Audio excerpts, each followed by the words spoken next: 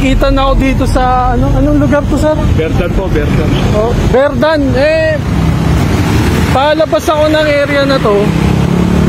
Wala naman nag-a-assist. Pasensya na po. Lahat po yan, tinikitan. Yung one way pala to. Mga kagulong, baka pag napadpad kayo dito, do-double check nyo yung do-double check nyo kasi to, nadamay rin si ma'am. Kawawa yung mga rider dito. Pag naligaw yung mga rider dito, kawawa eh. Huwag mo sabihin kawawa, rider. Wala akong nag-assist sa amin dyan, tinikita nyo. Bigla na lang pinatabi kami, tinikita kami. Wala namang problema yan. Oo, sige po. Sir Colonel Busita, baka pwedeng patulong naman dito sa Kaso tong lugar na to, pag napadpad kayo dito, titingnan nyo, bigla na lang kami pinara nung enforcer, tapos tinikitan.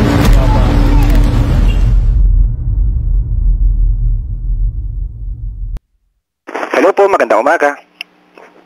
Hello po, good morning po. Sa office po ba ito ni Congressman Busita po? Yes sir, Brother Matt po ito, staff ni Congressman Busita. Opo. Ilalapit ko lang din po yung nangyari kahapon sa akin sa Las Piñas. Sir, pwede po malaman yung pangalan nila? Ako po si Sige po. Sir, sige, standby lang sir ha. Opo. Pero, referringin mo pa rin ng side.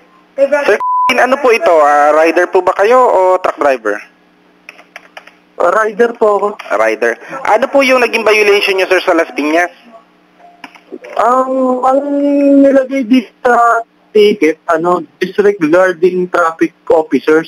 Disregarding traffic officer. Paano po nila sasabing dinisregard nyo po sila? Ano po yung nangyari? Pakikwento naman po sir. Galing po ako sa kanto ng Chongqing. Opo. Tapos palapit ako ng Ayala sa Pote Road.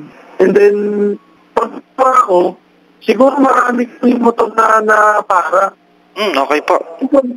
Ang nagalit yung enforcer, nagpapabuhos daw sila. Ibig sabihin daw po nun yung parang one way. Sinodoble yung parang dalawang station, pero hindi naman siya one way. Ibig sabihin sir, hindi lang ikaw ang natikitan dito. Marami po kayo. Opo, marami po. Pero walang signage sir na one way po Wala po. Sa totoo lang, yung kalyen ngayon, walang traffic sign. Kumaliwa kami. Wala naman po nagmamando ng traffic. Nakatago yung enforcer. Yung parang naghahanap lang ng mali. I see. Nakukuha ko na po. Sir, matanong ko na lang din. Di ba sabi mo marami po kayong nahuling rider, tama? Opo. May napansin ka ba na mga kasabay nyo rin na four wheels na hindi naman nila hinuli or tinikitan din nila? May nakasabay po kayo? May mga may mga four wheels na nauuna nun. Biglang lumitaw yung enforcer, doon na nag-start uminto yung ibang mga sasakyan kasi nasa hulihan na sila. Tapos yung mga naunang mga 4-5, yun yung na tsempuhan. Tapos ang bungad kagad sa amin ng enforcer. Pwede malaman anong pangalan mo sa Facebook, sir? Group na group. Opo. Okay. Ganito, brother. Panoorin ko lang muna yung video, then tatawagan kita, okay, ha? Para makita ko lamang po kung ano po yung, kahit pa paano, magkaroon lang ako ng idea kung ano po yung sitwasyon nyo nung time na nahuli po kayo. Pwede malaman anong oras po kayo nahuli? Mga na rin yun mga magsi-6, 6 p.m. po. Magsi-6 pero medyo maliwanag pa nung time na yun. Medyo padilim na rin. 6 p.m. kahapon, sir, o isang araw pa? Kahapon lang po ito. Kahapon po. Sige, brother, pangalanan, nakuha mo ba yung pangalan ng enforcer? Yung dalawa yun, yung isang pumara, yung nakatago. Hindi ko nakakuha. Yung isang nanikip, ito nakalagay sa ticket ko. Brothers, nakikita ko na agad dito na modus nila to Kasi imagine mo, marami kayong nahuhuli. Nung time na yun, ilan po kayo? estimated mga 5. 5 po. Na- Paano po pa kaya yung buong maghapon, sir? So, for sure, ilang riders din po ang talagang nahuli po nila dito. Kasi nakikita ko na po kung talagang ang intention po ng mga enforcer is talagang paalalahanan po yung mga motorista na bawal po doon, dapat naglagay po sila ng signage o kaya naman sana hinaharang na po doon pa lamang sa bukana o pinapaalalahanan na po kayo na huwag kayong dediretso, huwag kayong kakaliwa, huwag kayong kakanan kasi may ginagawang kumbaga kalsada at bawal po ang two-way o one-way lang po yung pwede ngayon. Sana ganun po yung ginawa nila. So ang intention talaga nila, brother, manghuli lang ng manghuli. Opo. Kasi kakasuhan nila ako ng yung sa ticket ko is regarding traffic enforcer. Wala namang visible na enforcer nung time na kumaliwa. Tama po kayo. So, ako, sir, naniniwala po ako sa kwento ninyo kasi malaking patunay, brother, yung marami po kayong nahuli. Doon pa lamang makikita na agad natin na may problema talaga sa part ng mga nagpapatupad ng batas doon sa nasabing area na yon, sa mga local enforcers natin doon sa area. Ganito, brother, ipanoorin ko muna po yung video, then babalikan po kita after ko mapanood, ha? Para after po nitong pag-uusap natin, maikonsulta ko kay Congressman Busita kung ano po ang gagawin para ma-actionan po natin ito. Kasi marami pa po ang mabibiktima nitong mga nasabing local enforcers kung hindi po natin ito ma-actionan agad-agad. Opo, based din po sa mga naka-experience doon sa area, mukhang marami talaga doon. Oo, at maganda sana magawa natin ng paraan na makuha o makumpleto yung mga nahuli pa na ibang rider na gaya mo.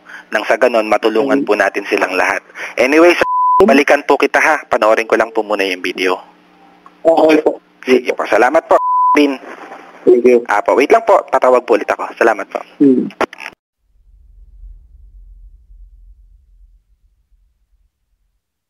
Hello po. Hello po. Brother, magandang umaga po ulit. Napanood ko na po yung video. Opo. Itong babae na umiiyak, ito po ay kasabay yung rin na nahuli, tama? Opo. Kumbaga ako, huminto na ako nun Kasi sir, narinig ko dito na parang binababaan ng enforcer yung violation, tama? Parang pinakakuha ng gagawin na lang daw 300, magkita na lang daw sa opisina. Kaso, tingin ko, for me, kahit babaan mo ng 150, abala pa rin yun Oo, at ang 300 pesos, brother, ay napakalaki na po para sa isang rider na gaya po ninyo. Mahirap kumita po ng pera sa panahon ngayon, sir. Init, pagod, puyat, pawis, tumatindi po ang dadanasin mo bago ka makumita ng 300.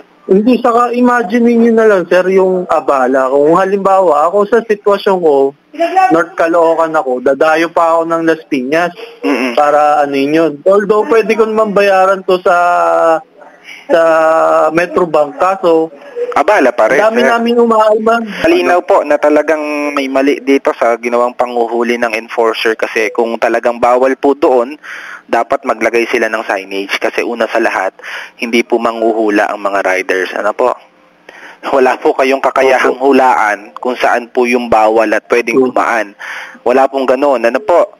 Kaya dapat kung bawal po dun sa isang kalsada na yon, kung one way, maglagay po sila ng signage na malaki pong mababasa doon na bawal pumasok o bawal kumanan o kumaliwa sa lugar na ito. O kaya naman magposte sila ng isang enforcer kung saan sasawayin po yung mga papasok doon. Nang sa ganon, makapag-implement sila ng batas trapiko nang naaayon po sa tamang proseso.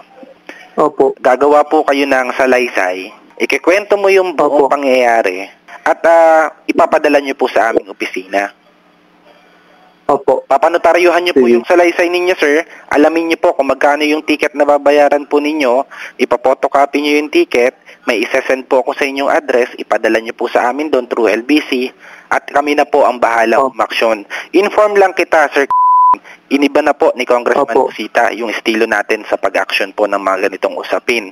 Paano po? Kapag mali po ang huli sa motorista, si Congressman Busita na po ang nagbabayad po. At kasunod doon, sir, yung pagpapadala po ng salaysay nung nasabing complainant sa aming opisina. So, binabayaran din po natin yung ginamit po niyang pang notaryo, yung pampa-LBC, at kung magkano po yung abala na danyos para dun sa nasabing motorista.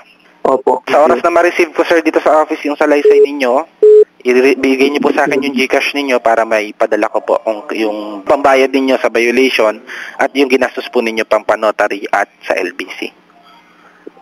Opo. Salamat po, brother. Ingat po kayo. Sige po. Okay po. Thank you. Bye-bye po. Hello po. Good morning, sir.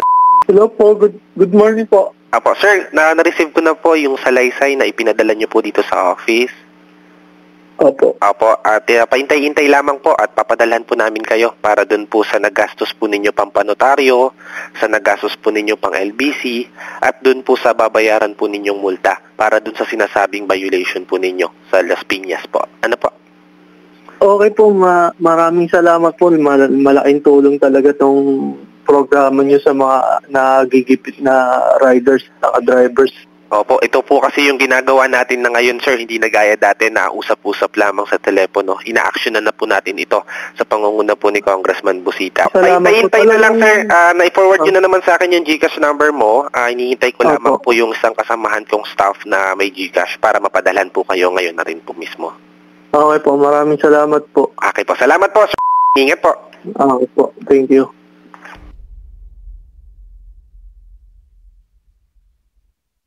Hello po, magandang tanghali po. Hello po, good afternoon.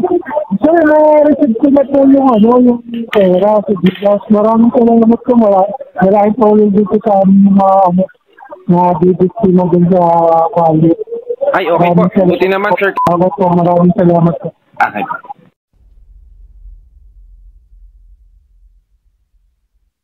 Hello, Sir Ping. Magandang tanghali po. Hello po, good afternoon po. Apo, Sir good afternoon po. Sir kamustahin po kayo ni Congressman Busita? Sige po, maraming salamat po.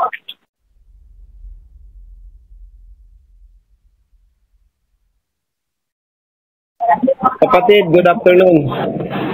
Ay, good afternoon, Congressman. Busita po. Napadalhan ka na ba ng pangmulta? Opo, maraming salamat po. Malaking bagay din sa akin. Lalo na sa kakatulad ko na maghapon po kapataya.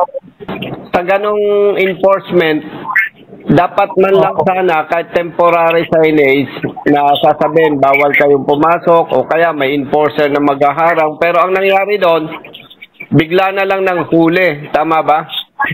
Opo, parang ang dating ko, Congressman, nag-aantay lang talaga may magkamali. Pagkaluwa na mga apat na motor kasi pasunod na rin yung ibang sasakwan. Pero nung nakita yung biglang huminto na rin yung iba. Ngayon kami na-track kami na apat. Oo, yung ibang kasama mo, sabihan mo na pwedeng tumawag sa opisina, bibigyan namin ng pangmulta. Okay? Opo, sige po. Yung nakausap na rin ako sa yung lady rider doon. Inaanap ko yung dalawa po na nabiktima. Yung lady rider, sabihan mo, saka yung iba pa, pagka mali ang huli, sinasagot natin ang multa para hindi kayo kawawa. Opo. Opo, sige po. Okay, sige. Ingat lang. Ingat. Opo, sige po. Okay, bye-bye. Bye-bye po.